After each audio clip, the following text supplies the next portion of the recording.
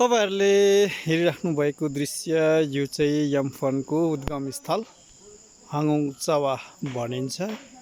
यहाँ चाहिँ रुदाङटुबा हाम्रो पुर्खाहरु चाहिँ आइपुगेको ठाउँ। यहाँ पर्खल निर्माण पेरिमिटर निर्माण हुँदैछ।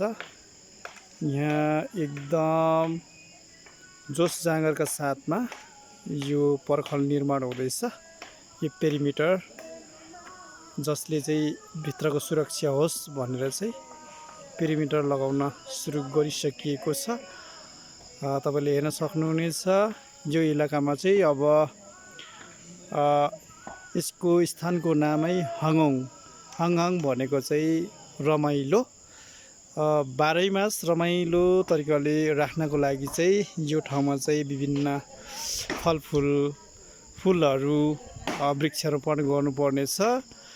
यहाँ चाहिँ आँप स्याउ सुन्तला लिची फलफुल विभिन्न यहाँ मौसम अनुसार हुने फलफुलहरू यसभित्र चाहिँ मग सुगन्धयुक्त यो ठाउँलाई चाहिँ वृक्षारोपण हुनेछ। फुलहरू ढकमक्क 12 मास फुलिराख्ने बनाउनु पर्नेछ। तपाईहरुले पनि यसको लागि जहाँ हुनुहुन्छ जता हुनुहुन्छ केही वृक्षारोपण केही सहयोग केही श्रमदान गर्न चाहनुहुन्छ भने यहाँ वृक्षारोपण गर्न आउन सक्नुहुनेछ। यहाँ चाहिँ अरु रुखहरू भन्दा पनि फलफुलका रुखहरू अनि विभिन्न फुलहरू ढकमक्क राम्रो फुल्ने चमेलीहरू अब 12 मास फुल्ने विभिन्न फुलहरू चाहिँ तपाईहरुले रोप्न सक्नुहुनेछ यो इलाकाभित्र वृक्षारोपण। र यहाँ चाहिँ हाम्रो अत्यन्तै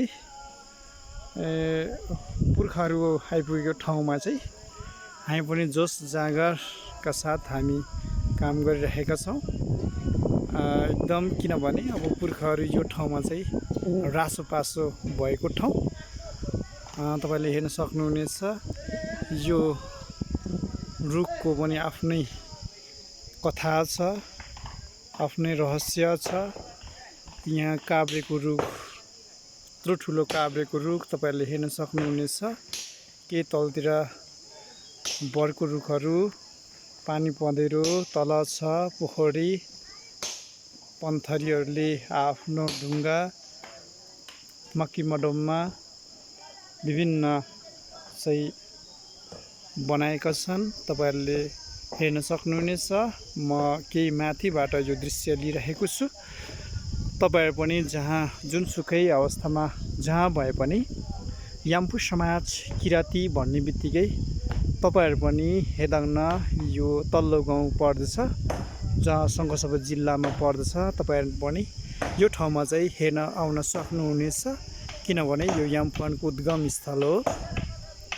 यहाँ चाहिँ हाम्रो याम्फू समाज पुर्खाहरू चाहिँ यहाँ आइपुगेको ठाउँ हो।